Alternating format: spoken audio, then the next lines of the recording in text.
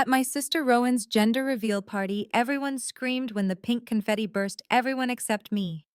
The moment she handed me her ultrasound photo, something inside me snapped awake. The image wasn't a baby. The density was wrong, the outline warped, and the watermark belonged to a banned machine known for confusing tumors with pregnancies. And when I noticed the GlowNest logo on the voucher our mother gave her, I felt the truth choke me. Rowan thought she'd felt kicks. She thought she was carrying a little girl, but standing there beneath the balloon arch, I realized someone had lied to her. Lied on purpose. And what none of them knew was that the danger had already started. Before I go any further, tell me where you're watching from. And hit like and subscribe if you've ever been betrayed by family. This isn't just a story, it's a warning. Keep listening, because nothing about what happened next was simple, and the truth nearly destroyed all of us. I grew up in a house where love had gravity, and Rowan was the center of it. Everything bent toward her attention, praised softness, while I floated somewhere on the edges, useful but never cherished. People said it was because I was strong, mature, the easy child. But being easy isn't the same as being loved. One of my earliest memories still stings. I was 12, sitting at our kitchen table while Mom served dinner. The light above us flickered, buzzing like it was tired of witnessing the same routine. Mom slid the biggest pieces of chicken onto Rowan's plate, barely glancing at mine. "Aubrey's tough," she said without malice. "Rowan needs it more." I nodded, pretended not to notice, pretended it didn't matter. But it lodged somewhere deep, a quiet bruise I carried for years. I didn't know it then, but moments like that would shape every choice I made. Holidays were worse. One Christmas, after months, working double shifts at the diner, I bought Dad a new toolbox, something he'd complained about for years. He thanked me with a nod. Then Rowan opened a paint set Mom bought her. Dad jumped up, beaming, taking photos like she'd won a trophy. I sat there smiling, my chest hollowing out like someone had scooped it clean. That was the first time I realized I wasn't the child they celebrated, I was the child they relied on. Medical training only sharpened that instinct. In residency, I learned to survive exhaustion, humiliation, and fear. But one night broke something in me, a teenage patient whose pain I misjudged. A subtle sign on his scan slipped past my overworked brain. He died the next morning. My attending shredded me in front of the team. "You don't get to be tired," he said coldly. "You get to be right." His words embedded deep, and from then on I refused to miss anything, even if it cost me pieces of myself. I didn't know then that this relentless vigilance would someday save my sister's life. Through all of this, Rowan was the one person I softened for. When she fell off her bike and broke her wrist at 16, Mom called her dramatic, Dad said she wanted attention. I didn't listen. I ran a mile to get help. That day I made a promise I'd never let anyone overlook Rowan's pain again. I didn't know how much that vow would cost me. Rowan and I grew into adults who moved through life in opposite ways. She floated soft sweaters, paint-smudged fingers, mismatched socks, always humming some tune under her breath. I carved straight lines, pressed shirts, clipped ID badge spines stiff from years in hospital hallways. People adored her on sight. People depended on me without thinking. And for a long time that balance held. Then she met Aiden. I remember studying him the way doctors study symptoms, quietly, carefully. But he surprised me. He listened when Rowan spoke. He didn't treat her like a fragile ornament. He loved her with this steady warmth that made her feel safe. And in some odd, unexpected way, he made me feel safer too. The three of us slipped into a rhythm, Rowan in the center, Aiden and I guarding two sides she didn't know she needed guarded. I didn't know it then, but loyalty like that has a breaking point. When Rowan told me she thought she was pregnant, we were in her tiny cinnamon-scented kitchen. The windows were fogged from the kettle she'd forgotten on the stove. She held the test in both hands like it might float away if she didn't grip it tight enough. "Aubrey, I think this is real." Her voice trembled. Mine did too, though. I hid it with a smile. Her hope was so pure it hurt to look at. I didn't know then why fear flickered in me, but it did. Things blurred after that. Mom gave her the GlowNest voucher with a little wink. "Just for fun," she said. "Not everything has to be so serious, Aubrey." I bit back, the warning rising in my throat. Keepsake Studios weren't dangerous in theory, but they weren't safe either. Still, Rowan was happy, glowing in a way I hadn't seen in years. so I stepped back. I let myself believe everything was fine. Rowan sent me photos of the nursery she was painting soft yellows, little forest animals climbing up the walls. She texted me at midnight. I think she kicked. My stomach tightened around something cold. Phantom kicks were possible, but the way Rowan said it, she believed. Completely. I typed and deleted a dozen responses settling for, "That's amazing. Get some rest." By the time the gender reveal day arrived, our entire family moved in orbit around Rowan's joy. Dad bragged nonstop about becoming a grandfather. Mom bought pink plates and pink napkins and pink everything. I stood in the center of all that pastel excitement with a silent alarm ringing inside me. Something felt off. Wrong. Like the universe was bracing for impact. I didn't know it then, but every childhood wound, every moment of being invisible, every promise I ever made to protect Rowan was about to collide the moment she handed me that ultrasound photo. The moment Rowan's ultrasound slipped into my pocket, the party around me stopped feeling like a celebration and started feeling like a countdown. Every laugh, every burst of music, every clink of plastic cups made the dread in my chest tighten. Rowan moved through the crowd, rubbing her belly, smiling at jokes that weren't funny, glowing in a way that made the truth feel crueler. The world saw a happy mother-to-be. I saw a ticking bomb. Aiden caught my eye from across the yard. His smile faltered the second he saw my face. He didn't rush over, he didn't want to worry Rowan, but he edged closer until the music softened and the balloon arch became the center of attention again. "You good?" he whispered. "No," I whispered back. "We need to talk." In the laundry room, with the dryer humming behind us, I handed him the ultrasound. His confusion lasted all of 3 seconds, then his face drained. "What is this supposed to be, a tumor?" I said. "Not a baby." He gripped the washer like he needed it to stay upright. "She's been feeling kicks." "I know, but hope plays tricks on the mind." He stared at the scan as if sheer will could reshape it into something innocent.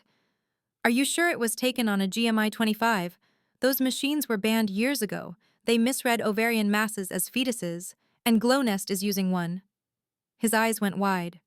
"GlowNest isn't a real clinic, not even close." For a moment he couldn't speak. Outside, someone shouted for everyone to gather. Time was running out. "We need to get her to Memorial East tonight," I said. "Serena will meet us there. She'll never leave. She's been waiting for this night for months." "I know," I said quietly. "But if we don't act now, we might lose her." Before he could answer, a knock jolted us. "Aiden, Aubrey." Mom's voice. "Cake time. You two are missing everything." Aiden shut his eyes, steadying himself.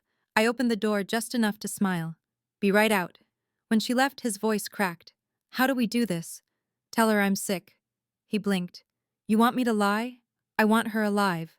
Back outside, cheers crashed over us like a wave. Rowan ran toward us, pink confetti still tangled in her hair. "You guys disappeared, Aiden. You missed the big moment. She's a girl." He forced a smile that didn't reach his eyes. "Yeah. Sorry, babe. Aubrey's not feeling great. I need to take her to get something." Rowan turned to me, worry replacing joy. "You okay? Just a headache?" I lied. She hugged me gently, her stomach pressing against my ribs. It felt like a blade. We left seconds later, driving away from the laughter, the balloons, the confetti, straight into the storm waiting for us. Aiden's knuckles were white around the steering wheel. "She's going to hate us," he whispered. Maybe, I said, "but she'll be alive to hate us." What I didn't know was that this was only the first fracture. Everything underneath was already cracking. Memorial East was too bright, too clean, too honest for what Rowan believed. Serena met us the moment we walked in, her expression shifting the second she saw the GlowNest printout. She didn't waste time. Rowan was ushered into a dim ultrasound room, and the second the monitor lit up, everything inside me went cold. Rowan stared at the screen, blinking slowly. Where's the heartbeat?" Serena swallowed. "Rowan, there is no heartbeat." The silence felt like a building collapsing. Aiden dropped into a chair, shaking. Rowan curled in on herself like the words had kicked the air out of her. I reached for her hand, but she barely felt me. "We need to operate," Serena said gently. "It's large, but contained. The surgical team is prepping now." Rowan turned to me then. Her voice trembled. "You knew. At the party." My throat closed. I suspected. I needed proof before I broke you. Her eyes filled, but she nodded a tiny, devastated nod. Thank you for getting me here. Relief and heartbreak tangled inside me like wires. Then our parents arrived. Mom stumbled into the waiting room, mascara smudged pink confetti still stuck in her hair. Dad smelled like barbecue smoke and denial. The moment they heard mass chaos erupted. Mom rounded on me first. Why didn't you tell her? Why didn't you stop the party? Aubrey, how could you let her go through all that? Aiden snapped. She saved Rowan. She's the only reason we're here before this got worse. Mom's mouth snapped shut. Dad sank into a chair, muttering, Glownest looked legit. I thought those places were real. I didn't answer. I didn't trust myself to. For 3 hours I paced the hallway. Every slam of a door made my pulse jump. Every beep of a monitor sent a spike of panic down my spine. My nails dug crescents into my palm, a habit carved from years of ER nights. When Kai Lorne finally emerged, mask hanging around his neck, he spoke quietly. She's stable. We removed the entire mass. She'll recover. Aiden broke down. Mom sobbed. Dad whispered a prayer. I didn't move. Because I saw something in Kai's eyes, a hesitation. When I caught him in the hallway, he didn't sugarcoat it. Aubrey, this tumor wasn't new. It's been growing for months. Any trained technician would have seen it immediately. I felt the air thin, so they didn't miss it. He shook his head. They ignored it. The words detonated inside my skull. Someone at Glownest had chosen not to warn her. Someone let Rowan believe she was growing a baby instead of a tumor. Later that night, when the ward quieted and Aiden finally fell asleep beside Rowan's bed, I stepped into the hallway. The fluorescent lights buzzed overhead. A cleaning cart rattled past. The world moved like nothing had happened, but everything had. I pulled up Glownest's website. Pastel colors, smiling women, fake medical language. And there it was, an image on their homepage with the exact same illegal watermark as Rowan's. This wasn't an accident. This wasn't incompetence. It was a pattern. Glownest wasn't just careless. Glownest was dangerous. And if they had done this to Rowan, they had done it to others. I didn't know then that digging for the truth would pull me into something far bigger and far uglier than a single mass on a single scan. The morning Glownest collapsed felt wrong from the start. The sky was too blue, the air too warm, like the world didn't realize it was about to witness something rotten dragged into daylight. I stood outside the pastel storefront beside Ivy Marrow and her camera crew, while Donovan Price and 2 state inspectors prepared to go in. Glownest looked harmless from the sidewalk, all soft colors and teddy bears pressed against the glass. A place meant to disarm women. A place built to lie. My hands were cold, the same cold I felt before emergency surgeries.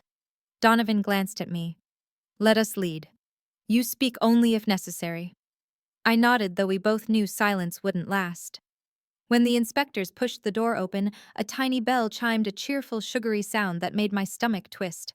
The receptionist in a bubblegum sweater smiled automatically. Then her face drained as she saw the badges. We're conducting a shutdown, Donovan said. Immediate compliance is required. What? We're just a keepsake studio. Call your manager, he said. She didn't move. Behind her, a hallway glowed pink under cheap LED strips. Then Marissa Doyle stepped out. Lavender blazer, perfect curls, a smile polished to a shine. Officers, she said sweetly. There must be some confusion. No confusion, Donovan replied. You're operating medical equipment without a license. Marissa's gaze flicked to me. You brought your doctor friend here to intimidate me, I stepped forward. You used a banned GMI 25. My sister walked out of here believing a tumor was her daughter, and I know she wasn't the only one. Her jaw tensed. If your sister misunderstood— Stop, I snapped. You fake heartbeats.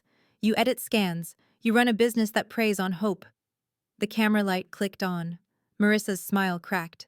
Show us the machines, Donovan said. No, she said instantly, which meant everything. The inspectors moved past her. She lunged, but I blocked her without thinking. The second door down the hall was locked, so an inspector forced it open with his shoulder. And the entire illusion shattered. Stacks of outdated machines, hard drives, a desk covered in printed scans. A monitor still on editing software, open an ultrasound image. Mid-adjustment, fake shadows being blended, a silhouette of a fetus being dragged into place like a sticker. Ivy whispered, Jesus. Then a figure stepped out from behind the shelves. A young man. Nervous, shaking. The former employee who had messaged me anonymously. He held a black external drive in both hands like it might explode. I I saved everything he said. She told us to delete the originals. I couldn't do it. Marissa lunged toward him. You traitor! The inspector grabbed her wrists as the cuffs clicked around them, her blazer bunched, one curl falling out of place, her composure collapsing with it. This is harassment, she screamed. I gave people memories. If they took it seriously, that's on them. I stepped close enough for her to see my face clearly. You didn't give Rowan a memory, I said quietly. You gave her a death sentence. Her eyes filled with hatred. You think this ends with me? No, I said. It starts with you. They dragged her outside while Ivy's camera captured everything, the cuffs, the shouting, the pastel fantasy, disintegrating into something grotesque. And for the first time since the party, I felt something inside me settle. Not peace, just certainty. The kind you feel right before the next storm hits. That night, long after Glownest went dark, long after Marissa's screams had faded into the back of a patrol car, I sat alone in the dim hallway outside Rowan's room. The hospital hummed softly around me, vents sighing a distant monitor, beeping the low rumble of a cart rolling over polished tile. The world was quiet again, too quiet for what we'd just uncovered. Donovan had handed me the external drive before he left. You know what you're looking at more than we do, he said. Tell us what matters. Now it sat heavy in my lap, a black rectangle filled with other people's pain. When I plugged it into my laptop, the truth spilled out in cold, methodical layers. Dozens of original scans missed abnormalities, obvious red flags, tumors misidentified as fetuses. Side-by-side folders showing edited versions with softened shadows, digitally added curves, fake fetal silhouettes, a library of heartbeat sound files with names like 8weeksgirl.wave and generic fast.wave. And then came the recordings. Marissa's voice crisp and casual. If they want real answers, they can pay real doctors. We sell emotions. Another clip. Accuracy slows us down. Tell them what they want to hear. Move the line. It wasn't incompetence. It wasn't bad training. It was intentional deception, organized, rehearsed, industrial. I closed the laptop and pressed my palms over my eyes, trying to steady the rush of anger rising in my chest. Glownest wasn't one studio. Marissa's paperwork connected to two other states, two other sets of victims who probably thought their tragedies were isolated accidents. Rowan shifted in her sleep, a soft sound escaping her throat. Aiden brushed her hair back, gently, exhausted but vigilant. You okay? He whispered. No, I said honestly. But I'm clear. He waited. This isn't over, I said. Glownest was just the storefront. There are more clinics, more victims, and now we have proof.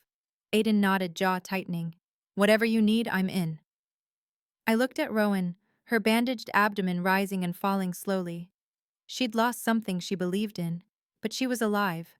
And that mattered more than anything. They thought shutting down one studio would scare me off. They thought taking Marissa away in handcuffs ended the story. They didn't realize they'd just handed me the weapon I needed to burn the rest of it down. And I wasn't done. Not even close. If you've ever felt like the outsider in your own family, make sure you hit subscribe. Stories like mine don't end just because the police haul someone away. The truth has a way of echoing, shaking loose the people who thought they were untouchable, dragging their secrets into the light.